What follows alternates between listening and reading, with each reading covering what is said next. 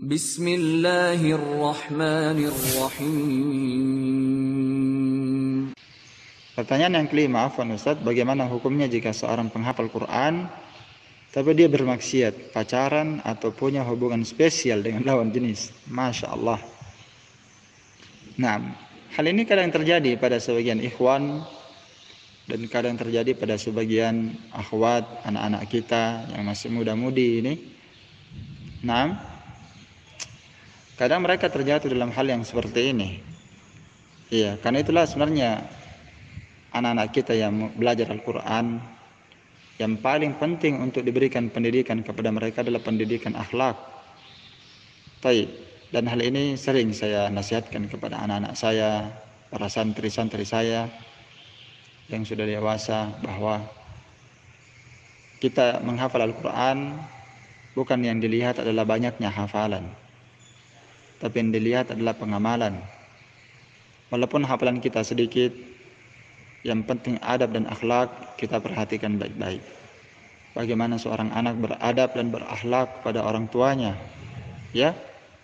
Dan untuk orang tua, anak yang belum punya suami itu hendaklah anak-anaknya diperhatikan, ya, dikontrol. Baik, dalam menggunakan HP. Iya, karena apalagi yang paling bahaya di sini adalah anak perempuan, ya. Lebih berbahaya anak perempuan dibandingkan anak laki-laki, ya. Nah, laki-laki itu walaysa dzakaru kal unsa. Laki-laki itu enggak sama dengan perempuan. Perempuan ini harus lebih dijaga, lebih diketatkan. Baik. Kalau dia bermaksiat seperti ini, naam, maka tentu dia berdosa, ya. Tentu dia berdosa. Dan sekaligus menunjukkan bahwa ilmu yang telah dia hafalkan itu tidak bermanfaat ketika dia bermaksiat seperti itu.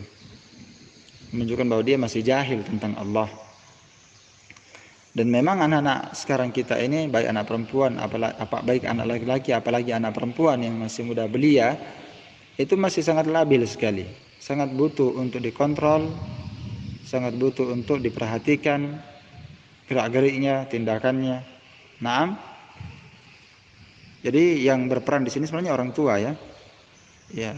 Kemudian anak-anak kita ini kami nasihatkan untuk para akhwat yang masih muda, yang sudah punya hafalan Quran, itu hendaklah berusaha, ya, bagaimana dia menghindari hal-hal yang seperti ini. Karena mencari jodoh di dunia maya seperti ini, apalagi sampai pacaran, itu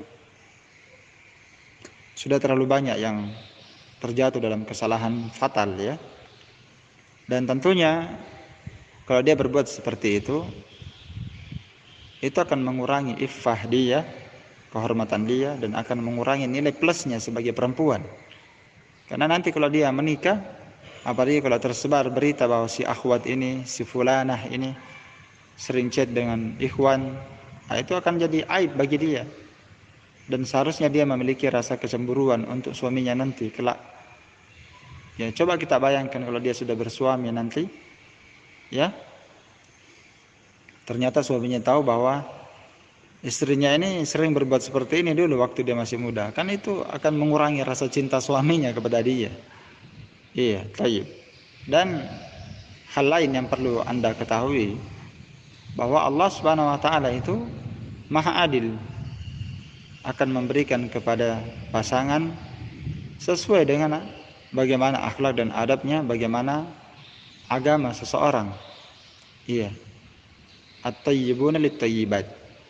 Orang-orang yang baik itu akan diberikan wanita yang baik. Al-khabithuna lil-khabithat. Ya, laki-laki yang buruk akan diberikan juga dengan wanita yang buruk. Demikian pula sebaliknya. Wanita-wanita yang baik akhlaknya, baik agamanya, pasti akan diberikan laki-laki yang baik sama semisal dengan dia. Dan itu adalah firman Allah. Dan wanita-wanita yang buruk, wanita yang jelek, wanita yang tidak menjaga kehormatannya, tentu akan diberikan oleh Allah Subhanahu wa taala untuknya laki-laki yang semisal dengan dia. Jadi seorang itu ketika dia menikah tidak perlu dia melihat terlalu dalam, terlalu panjang. Cukup dia melihat dirinya, bagaimana dirinya, seperti itulah dia akan diberikan oleh Allah.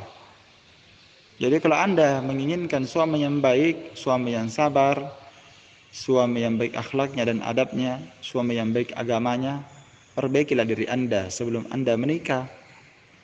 Karena membangun sesuatu sebelum menikah, Anda membangunnya di atas bangunan yang buruk, bangunan yang salah, bangunan yang jelek, maka rumah tangga tidak akan menjadi baik setelahnya.